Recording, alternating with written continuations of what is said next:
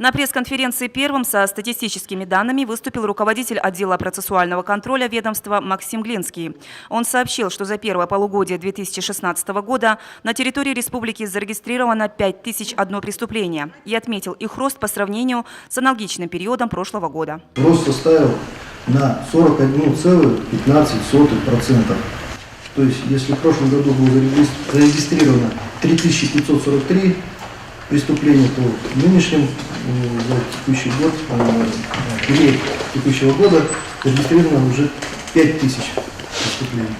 За отчетный период отмечается снижение зарегистрированных умышленных убийств, но количество тяжких и особо тяжких преступлений возросло. Значительное увеличение количества умышленных причинений тяжкого вреда здоровью со смертельным исходом наблюдается в городе Кызыле, Чедыхольском и Улухемском районах. Также увеличилось число изнасилований. Что касается преступлений, совершенных и, в частности, изнасилований, совершенных в отношении несовершеннолетних и малолетних лиц, в текущем году за 6 месяцев также наблюдается увеличение данных преступлений. Особое внимание на пресс-конференции было уделено результатам работы Следственного управления по противодействию преступности в отношении детей. Широкий общественный резонанс вызвало уголовное дело, возбужденное в отношении социального педагога Центра социальной помощи семье и детям города Кызыла. Это дело еще не закончено расследованием, но просто проводятся процессуальные действия, направленные на, чтобы представить дело прокурору.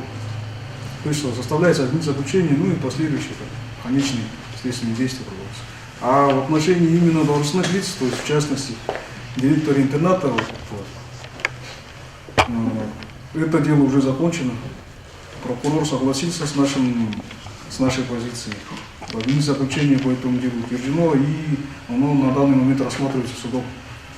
И судом, конечно, будет оценка дана действиям бывшего директора интерната. Также присутствующие рассказали журналистам о вопиющем случае, когда весной этого года в районе левобережных дачных обществ преступник совершил в отношении малолетней насильственные действия сексуального характера, обманом заманив ее на безлюдный огороженный участок. Расследование по этому делу окончено и направлено в суд. Преступнику грозит от 12 до 20 лет лишения свободы. В отношении родителей ребенка у нас, как правило,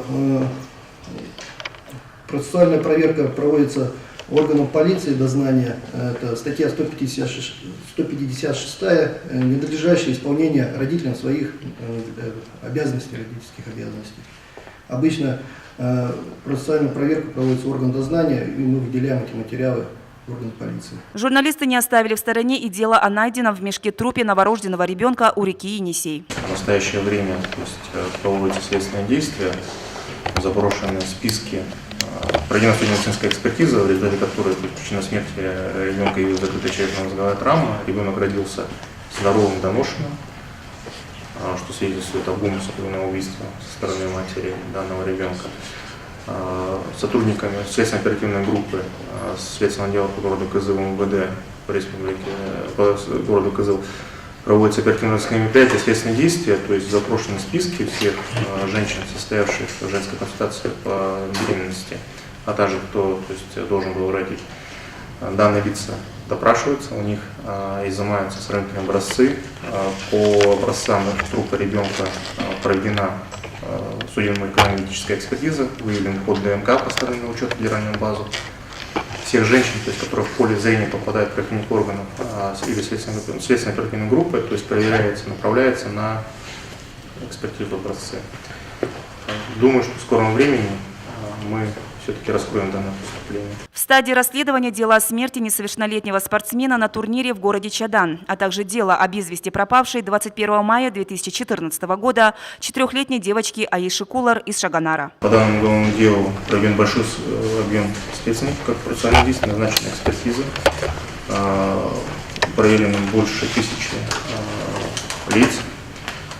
Версия о том, что совершено преступление родителями, проверено в полном объеме, то есть родители не причастны. Версия о том, что похищено было цыганами, также проверена, то есть версия не подтвердилась. Сейчас проверяется версия совершения преступления, то есть выпускниками. Еще есть версии, которые рабочие сообщения дополнительно. Кроме того, проверены лица, ранее судимые за совершение половых преступлений особо тяжких, то есть версия не подтвердилась, но проверяются лица, которые, возможно, находились в Шагонаре, но проживают на территории города, других районов, в том числе города Кызыла. Следствие продолжается. Представители средств массовой информации получили ответы на все интересующие вопросы по материалам проверок и уголовным делам, находящимся в производстве следователей Следственного управления. Чинчик Кашпукол, Алексей Филиппов, Игорь Стародумов, телекомпания «Новый век».